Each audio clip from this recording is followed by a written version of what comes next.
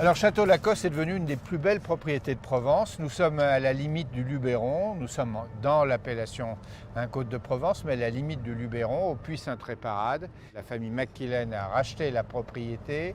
Ce sont des amateurs d'art. Ils ont refait le vignoble et ils ont transformé la propriété aussi en un immense musée que des milliers de visiteurs visitent chaque année, dans lequel il y a des caldaires, il y a des statues de bourgeois, des araignées magnifiques, il y a des créations des plus grands architectes mondiaux, un peu partout répartis dans le vignoble qu'on peut visiter. Tadao, le grand architecte japonais, Gehry qui a fait une sorte de salon de musique, il y a un hôtel, il y a un restaurant, il y a une boutique où on vend tous les vins du domaine. La propriété a été reconstituée sous la direction de Mathieu Cos, un vigneron qu'on connaît bien par ses propriétés. Que tu connais bien. Et que je connais bien aussi. Le chai a été dessiné, pensé et construit par Jean Nouvel. Et donc c'est vraiment une propriété qui fait honneur à la civilisation du vin. Et qui est pionnière en eurotourisme, une grande pionnière en eurotourisme. Oui.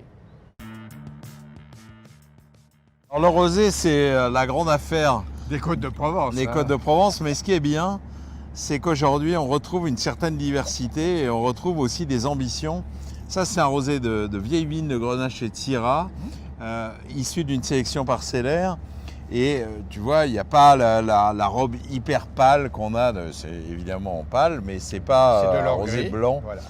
Vendangé à maturité de raisin, et pas vendangé un peu tôt pour conserver une sorte de fausse fraîcheur. C'est vraiment l'esprit même du rosé de Provence. C'est à la fois très élégant et très ample, hein. Il y a beaucoup de fond.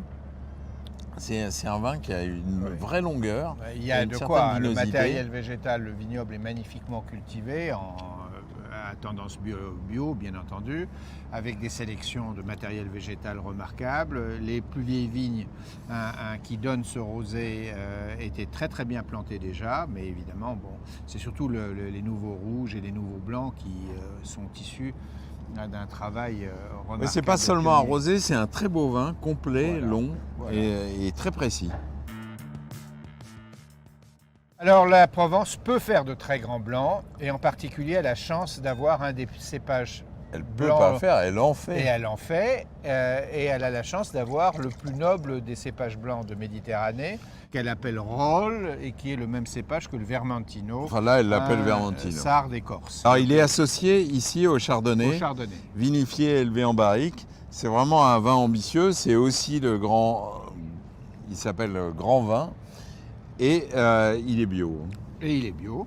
Et il est fait avec du raisin mûr. Donc on est à des degrés alcooliques qui sont maintenant très courants, même d'ailleurs en Bourgogne, qui sont autour de 14 degrés, ce qui indique des hautes maturités de raisin, mais avec du volume, de la fraîcheur, de l'équilibre. Là aussi, on a encore envie de revenir à les poissons, une belle dorade. Voilà. Le Chardonnay apportant le gras, le Vermentino apportant le fruit.